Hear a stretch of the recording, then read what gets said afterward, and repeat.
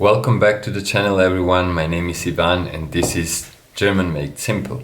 I hope you had a wonderful time with your friends and your family, and I wish you a happy new year. Today in this video we're gonna see the dative case. It is the first part of the dative case. We cannot do everything in one video, otherwise it's gonna be too long. So let's jump into it.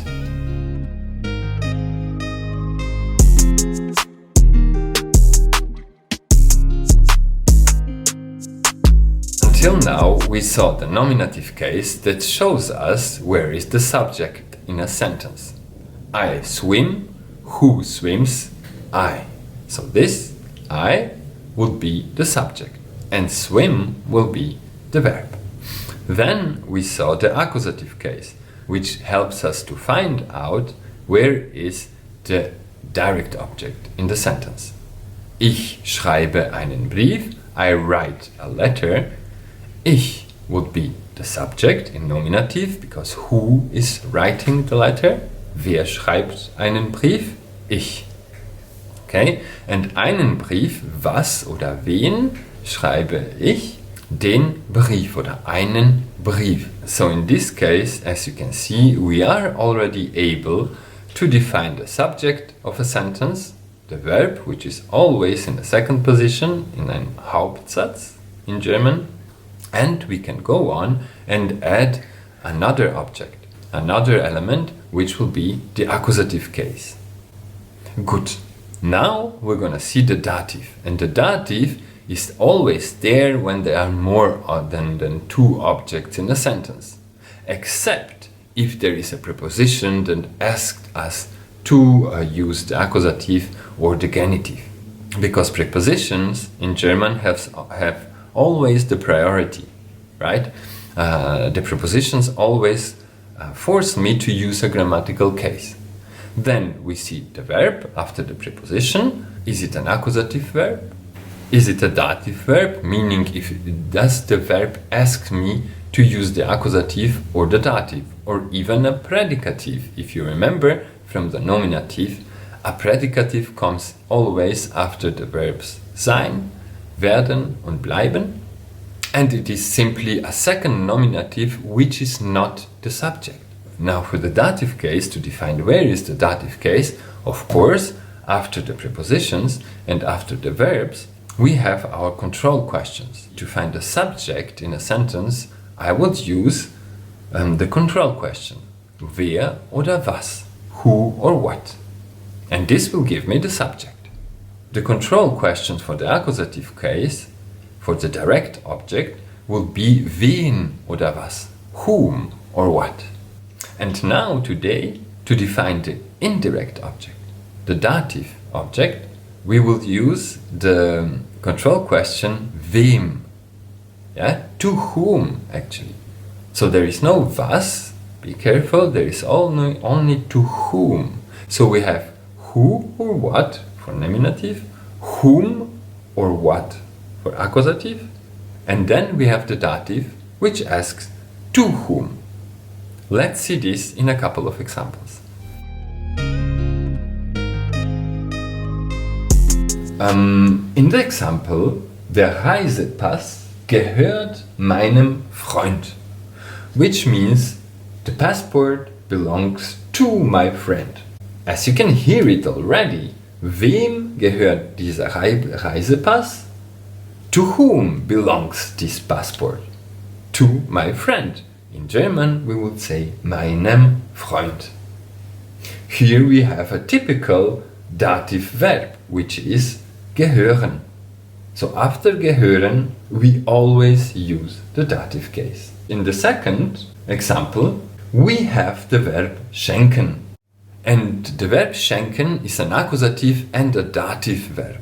Why? Because I can offer something, wen oder was, it will be an accusative, to someone. So what do I offer? The accusative. To whom? To the dative. And of course, who is offering all of this, who is doing the action, is the subject, me, I. So let's come back to the second example. Mein Freund schenkt seiner Mutter Blumen. Now we have here a possessive pronoun in Dativ, seiner Mutter. If we analyze the sentence, mein Freund would be the nominative, subject. Wer schenkt seiner Mutter Blumen? Who is offering flowers to his mother? My friend. This is my subject im Nominativ. Schenkt, offers, yeah, or is offering, always in the second position, in einem Hauptsatz. And then we have seiner Mutter, to whom, to his mother, and then what the Akkusativ would be, Blumen. If I want to analyze this sentence, mein Freund schenkt seiner Mutter Blumen, I would go and ask for the subject im Nominativ. Wer schenkt seiner Mutter Blumen? And the answer, mein Freund. So who offers flowers to his mother? My friend. My friend is the subject. He's doing something. Good. Offering, offers, is the verb in the second position, always. And now we have to whom is my friend offering flowers? The dative. Indirectly to whom? Seiner Mutter, to his mother. The indirect object. Where is the direct object? What is he offering? Wen oder was schenkt mein Freund seiner Mutter? He's offering flowers. And flowers is in this case our direct object, which will be in accusative. Down below you can see the defined and the undefined articles in dative. Let's have a quick overview here. In nominative we had the defined and undefined articles. The defined articles here on the left and the undefined articles here on the right. So for the accusative you had only to learn the single exception, which is the masculine. So der Mann changed to den Mann und ein Mann would change to einen Mann. The rest, die Frau, eine Frau, das Kind, ein Kind, die Menschen und Menschen, no undefined article, stays the same as in the nominative case. Now below we can see the dative, and the dative, yeah, everything changes in the dative case. All the articles changes. So we can see for the masculine it will be dem Mann or einem Mann. For feminine, der Frau or einer Frau. For neutral, it will be dem Kind oder einem Kind. And for the plural, it will be den Menschen or just Menschen. So just a little detail here, which will make it a little bit easier for you to learn all these articles. Above all, the masculine and the neutral, they are the same. Dem Mann, einem Mann, dem Kind, einem Kind. As following, you can see the exercises. Here you can try to apply the defined and the undefined articles in dative.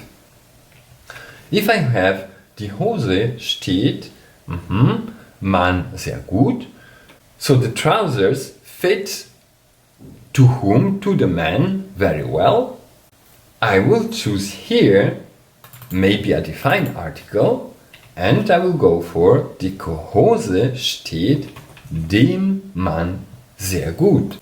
It doesn't make sense here to apply the undefined article. Die Hose steht einem Mann sehr gut. The trousers fits to a man very well. So I will stick here with my defined article for masculine singular. And so on. You can just pause the video if you want, copy the exercises. I would really recommend you to copy these sentences by hand, so you don't only focus on the defined and undefined article in the dative, but you also write German words, you write sentences, and you get used to the language. But, of course, you can proceed at the best way that helps you memorizing. You don't have to do anything that anybody says. Just focus, how can I memorize best? How can I maintain the most of the information? And how do I understand best? And apply simply this method. Let's go back to the dative. There is one specific point that I want to show you when it comes to the dative case. What is special? Where do we have to pay attention here when it comes to the dative? It is with the plural. If the plural doesn't end with an S or with an N, then the plural of this noun will get an extra N at the end. What does it mean? Let's take the word das Fahrrad, the bicycle. Das Fahrrad, singular, neutral, das Fahrrad, and the plural form of das Fahrrad is die Fahrräder. Now, die Fahrräder doesn't end here with an S or with an N.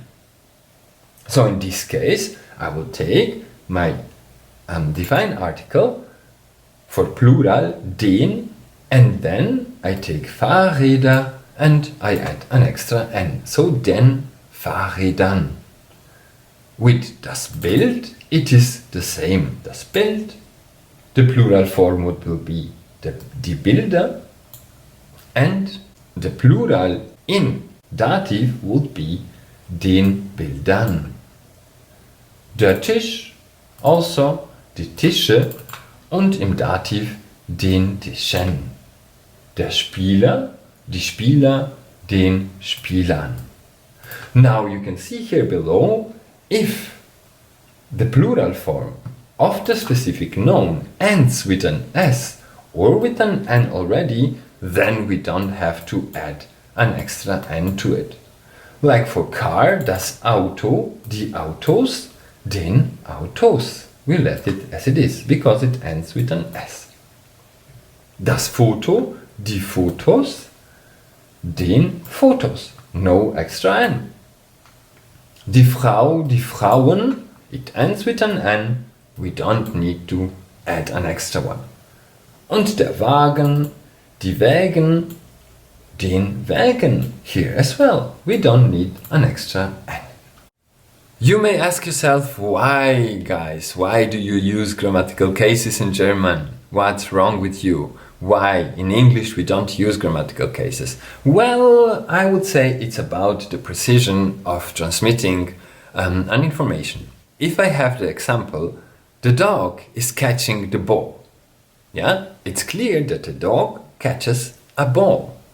But now if I exchange these two elements, these two nouns, the ball catches the dog, then the message changes, the information changes. Then we have the impression that a ball is catching a dog. Now in German, thanks to the grammatical cases, we don't have this. We can exchange the two words, the two nouns, and the information stays the same.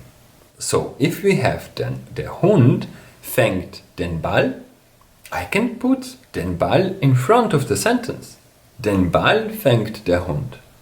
And now the message is still the same because the Akkusativ, den Ball, shows us who is catching who. Be careful, the conjugated verb is always exactly on the second position. So this was it for today, everyone. We finished with the first part of the dative. Now go on and do the exercises, read, understand, above all the difference between the nominative, the accusative and the dative. What is the role that they play in the German language? Why do I need them? Yeah?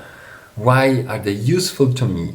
Or when I hear something, when I read something, how do they help me to understand? And how do they help me to express myself? In the next video, I will show you the dative verbs. There are around 50 dative verbs that you should learn. For now, we will see just a couple, and then you can find this easily on the web and learn them progressively. So thanks again for watching this video, guys. I hope you had fun and you learned something more about the dative. If you are not subscribed to the channel, please do so, like my video, and if you have a comment or if you want to share something with others, please write it down in the comment. Above all, if you have questions. Please, please, please, if you have questions, don't keep them for yourself, don't look for some other answers somewhere on the web, Just write a comment and I will answer directly to you. So this was it from today. I will see you in the next video. Auf Wiedersehen.